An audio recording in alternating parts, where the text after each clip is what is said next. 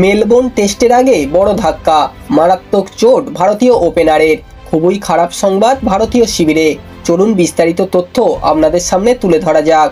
আর আপনারা যদি এই চ্যানেলে নতুন দর্শক হয়ে থাকেন তাহলে চ্যানেলটি সাবস্ক্রাইব করে পাশে থাকবেন। মেলবোর্ন টেস্টের আগে বড় ধাক্কা খেল টিম ইন্ডিয়া। ভারতীয় ক্রিকেট দলের তারকা ওপেনার কেএল রাহুল অনুশীলন করতে নেমে চোট পেলেন।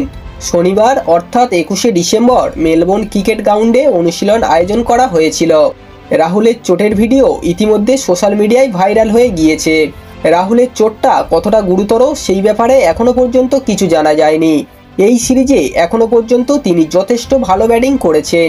6 ইনিংসে রাহুলের ব্যাট থেকে মোট 235 রান বেরিয়ে এসেছে।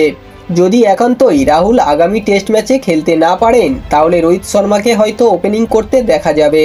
চলতি বর্ডার গাভাস্কর ট্রফিতে এখনও পর্যন্ত 3 ফরম্যাটে টেস্ট ম্যাচ খেলা হয়েছে। সিরিজ এখনও 1-1 ব্যবধানে দাঁড়িয়ে রয়েছে। এই সিরিজে রাহুল 47-এর ব্যাটিং গড়ে রান করেছেন, রয়েছে জোড়া হাফ সেঞ্চুরিও। ভাইরাল হওয়া এই ভিডিওয় দেখা যাচ্ছে রাহুলের ডান হাতে চিকিৎসা চলছে, যদিও তাকে খুব একটা অস্বস্তিতে দেখতে পাওয়া যায়নি। ভারতীয় টিম ম্যানেজমেন্টের পক্ষ থেকে এ ব্যাপারে এখনও কোনো আপডেট দেওয়া হয়নি। বন্ধুরা, এই ছিল আজকের ভিডিওটি। খেলা সম্পর্কে দ্রুত আপডেট পেতে হলে চ্যানেলটিকে অবশ্যই সাবস্ক্রাইব করে রাখবেন। ভিডিওটি ভালো লাগলে একটা লাইক করে দেবেন।